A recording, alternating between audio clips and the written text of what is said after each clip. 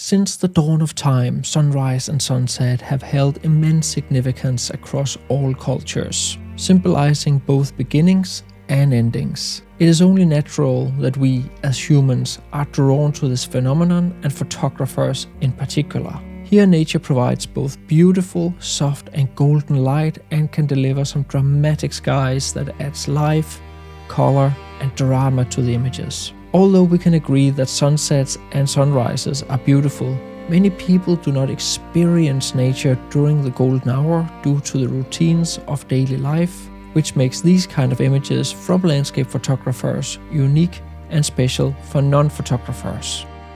The golden hour is typically considered to be from sunrise until the sun is 10 degrees above the horizon, and then again from the sun being 10 degrees above the horizon until sunset.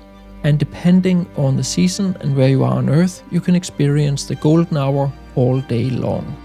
To get the most from the golden hour, I prefer to be ready with the camera at least half an hour before sunrise, as the early light can bounce off high clouds and color them in deep reds. And 2 hours before sunset, because the light can change significantly before the sun goes down behind the horizon. If you go before sunrise, it is very beneficial to have scouted the area beforehand, as to have found a good composition before the show begins.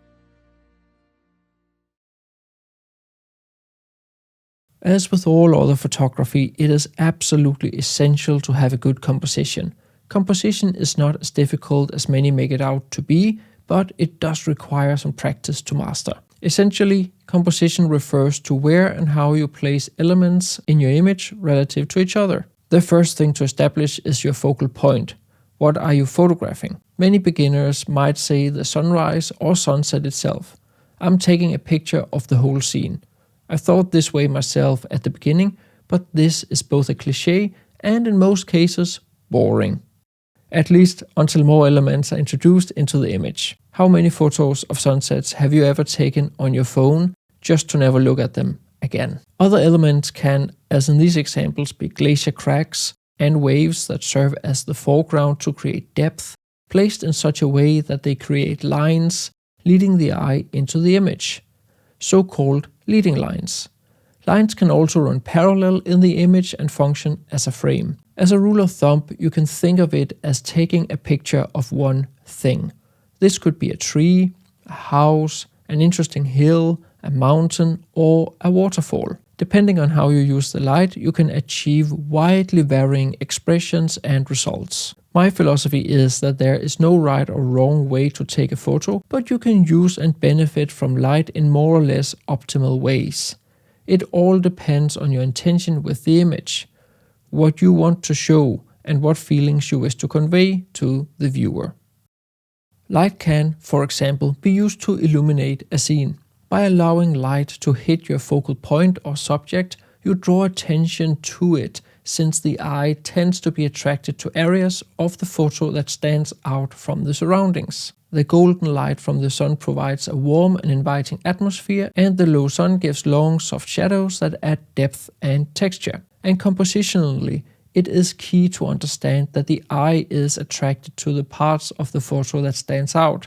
I personally am very fond of backlighting, as I can then capture silhouettes of the subjects or subjects of the scene and the light. Especially during misty mornings, light gets captured and scattered by the fog, with the result of both simplifying but also adding depth to the scene. If you want to learn more about depth, light, visual flow and many other compositional tools, be sure to get my ebooks. With minimal text and tons of examples, they're easy to read, and I make sure to get to the point fast. There are links to both the free light versions and full versions down in the description of the video. Most modern cameras have a high dynamic range. If you photograph in RAW rather than JPEG format, you have many options for adjusting the image according to your vision in the editing phase. As a rule of thumb, there is often enough light to handhold your camera during the golden hour, especially if you use image stabilization. It's only when you work with slow shutter speeds or in very strong winds that you need a tripod. The most important thing to keep in mind is that you do not overexpose or underexpose the image. To avoid this, it's a good idea to keep an eye on your histogram. Information in your histogram should not touch the right edge. If it does, it means you are clipping the highlights and losing the visual information in the brightest part of the photo. Conversely, if the information touches the left edge, you're clipping the darkest parts of your photo. If all the information is within the histogram, which means not touching the edges of the histogram, you are not clipping neither your highlights or your shadows, no matter how bright or dark the photo looks on the back of your screen. As a rule of thumb, I expose to the right, but without clipping the highlights. This means the photo can look overexposed if it is a predominantly bright scene, but it can also result in most of the information in the histogram being on the left side if it is a predominantly dark scene with a few highlights. As can be seen in this example on the camera's display, I have the so-called zebra stripes active. This is a function in the camera that warns about potential overexposure or clipping of the highlights. In the menu, the setting is called something like zebra setting, where you can also set the sensitivity of the zebra stripes. I always set the aperture first according to the desired depth of field. In most cases, both the foreground and background should be in focus, so a closed down aperture is preferred. f8 to f16 works for most situations. The closer your foreground is to the camera, the higher aperture values you will generally need. Check out my video on aperture if you are in doubt about how that works. I usually also set the ISO to 100 or the camera's base ISO to minimize noise in the image. Base ISO is the lowest numeric value that ISO can go down to. This value varies slightly depending on the camera manufacturer and model, but it is typically ISO 64, ISO 100 or ISO 200. The shutter speed is set based on what is needed for the scene and the other exposure factors. As mentioned, the most important thing is that you neither overexpose nor underexpose. In manual, you set it yourself, and if you're shooting in aperture priority, the shutter speed will be set automatically. Remember to choose proper exposure by either turning the exposure compensation dial or setting the exposure compensation in the settings. In most cases, I use so-called back button focusing, which is a combination of manual and auto focus, and my focus area is set to manual spot. I use the joystick to move the focus button to the desired point of focus and focus using the button on the back of my camera that I have set as the focus button. Most camera models have a button with a magnifying glass icon, which I use to enlarge the screen and make sure I focus perfectly on wherever I want my focus to be. Once you have found your focus, you just reduce the image size again. Always remember to check if your images are in focus once you have taken them. It's very frustrating to return home with images that are out of focus. If they are not in focus or if the images are blurry, you need to identify why. Check out my video on how to identify why a photo is either out of focus or blurry in the upper right corner.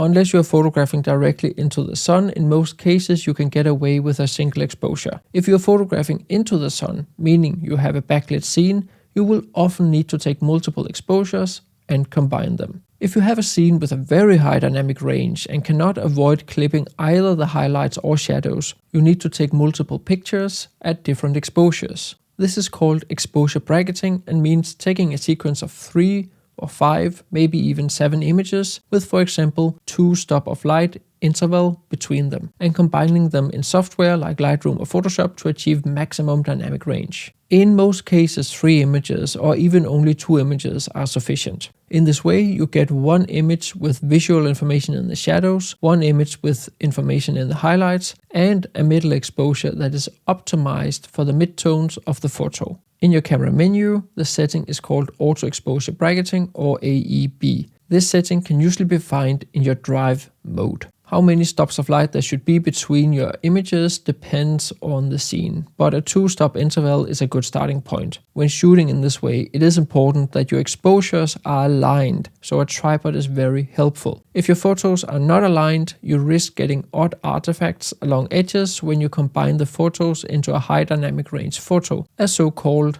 HDR image. Unless you're using a shutter release cable, it is beneficial to combine auto exposure bracketing with a 2-second delay. Doing this, you ensure that the camera is completely still when it begins to expose, given you shoot on a tripod. Once you have taken the pictures, it is time to combine them and edit them. It's no secret that my pictures come to life in the editing phase. In the digital age, digital editing is essentially equivalent to developing in a darkroom in the analog era. Both development methods, whether digital or analog, have a significant impact on the finished image. No matter how I set my settings, whether I use filters or not, or how I compose it, my photo is not finished until it has gone through Photoshop or similar editing programs. However, as I have demonstrated in this video, just because you edit your photos doesn't mean that you shouldn't know what you're doing when you are out photographing. If need be, I either merge my photos into an HDR file or make my initial editing in Camera Raw or Lightroom and blend them together using luminosity masks. I generally prefer nice and contrasty photos, so it is not unusual that I have areas of my photos almost black and areas almost white, or at least so bright that the color channel is very close to clipping. You can use the histogram in Lightroom or Photoshop to control that. After I have made some initial adjustments using the basic sliders to make sure I have details in both my shadows and highlights, I also find that I often bring down the midtones of my golden hour photos. I most often do that using the curves tool and just pull down the midtones. And if you struggle with or want to learn more about editing, there is a coupon code to get $45 off my huge post-processing course in the description of the video. In this course, I cover all my editing techniques, from the most basic, introducing you to the programs, to advanced blending. A few examples include cleaning your photos properly, dodging and burning, editing and blending with luminosity masks, focal length blending, working with atmosphere and glow, and much more. Generally, how to make your photos pop in a realistic way by respecting the light. 20+ hours of information divided out on more than 30 videos, so there are just loads to get into. Along with my ebooks on composition, as mentioned, there is a coupon code and a link in the description of the video for the course. Now you have the recipe to get out and take some beautiful golden hour photos. Good luck.